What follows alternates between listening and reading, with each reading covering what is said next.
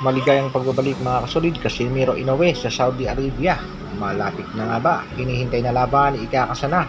Inoue napapirma sa laki ng offer. Usapin na sa bakbakang ni Tumba kontra Wonderboy Carl James Martin. Painit ng painit. Sumagot na nga ang kampo nitong si Martin sa hamon nitong si Pilipos ni Tumba. Yan ang ating pag-uusapan mga kasolid. Para sa ating unang balita mga kasolida, bukod sa ating pambatong si Mark Magneto Magsayo, Marlon The Nightmare Tavales ay meron pang isang binibuild up itong MP Promotion Mr. Shana. Ang undefeated boxer nga yan na si Wonderboy Martin. Sa kasalukuyan ay rank number 2 sa WBO Super Bantamweight ranking at posibleng nga daw idapada sa halimaw ng Japan na si Naoya Inoue. Sa bansang Amerika, nagte-training at patuloy nga nagpapakondisyon itong si Wonderboy Carl James Martin. Pero tila nababastos ang ating pangbatong si Wonderboy Martin sa paulit-ulit na paghamon nitong si Pilipos ni Tumba. Banat nga nitong si Pilipos, Martin will not see round 3 or 2. Promise, let's make it happen. We are ready, my team and my nation. Sumagot na nga ang kamo nitong si Wonderboy Martin at tila may pang-aasar dito kay Pilipos ni Tumba. Iyan ang Martin, Iwit, Timba. Sabay pakita nga ng sparring nitong si Carl James Wonderboy Martin na di umanoy parang ang si Pilipos ni Tumba ang kanyang ka-sparring dito sa video mga kasolid. Request naman ng nakararaming boxing fans mga kasolid ay pagbigyan na nga daw nitong si Wonderboy Carl James Martin at ng kanyang kampo ang hamon nitong si Pilipos ni Tumba. Sa huling laban nitong si Pilipos sa bansang Japan na kung saan ay nakatapat nga itong si Yokinori Obuni. Panalo nga itong si Pilipos via first round technical knockout. Banat pa nga nitong si Pilipos ni Tumba, mas magaling daw na boksingero itong si Yokinori Obuni kung ikukumpara dito kay Carl James Wonderboy Martin. At dito nga sa bakbakang ito mga kasolid ay mapapatunayan daw natin kung talagang karapat-dapat itong si Wonderboy sa rank number 2 ng WBO.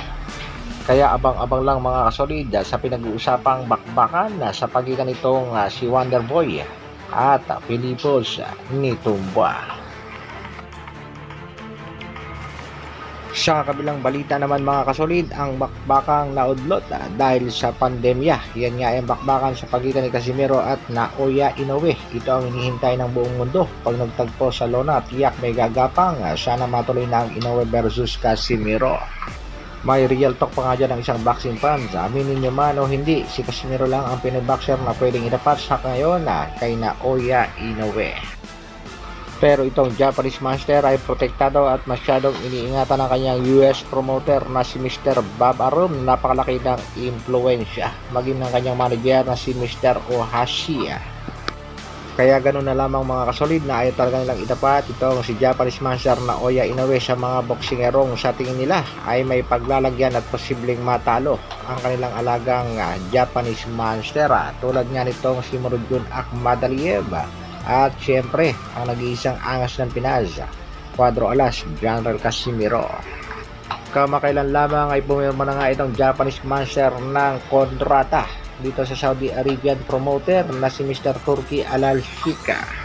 Bagamat walang fight contract ay naniniwala pa rin itong si Inoue na posibleng mapalaban niya sa bansang Japan.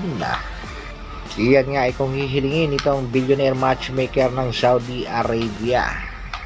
At dahil nga sa napakalaking offer ng Saudi Arabia dito kay Japanese Monster na umabot ng 20 million US dollar, ay hindi nga makakatanggi itong Japanese Monster kung sakaling hilingan siya ng laban itong si Mr. Turki Al-Arshi kontra dito sa angas ng Pinas, Cuadro Alas, General Casimiro na pabalitang nire-requestan din ng laban sa bansang Saudi Arabia.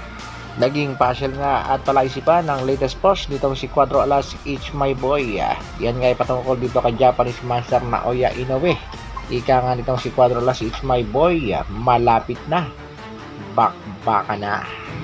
Malapit na, let's go Monster.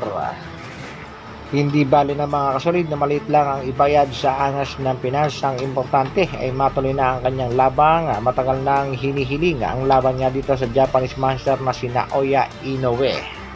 Ayon naman sa mga haters at bashers ng ating pambaro, panaginip na lang daw ito ni Angas ng Pinaza, pero walang imposible mga kasolid kapag itong billionaire matchmaker ng Saudi Arabia ang nag-request ng laban na siguradong hindi makakatanggi ang tinaguriang halimaw ng Japan.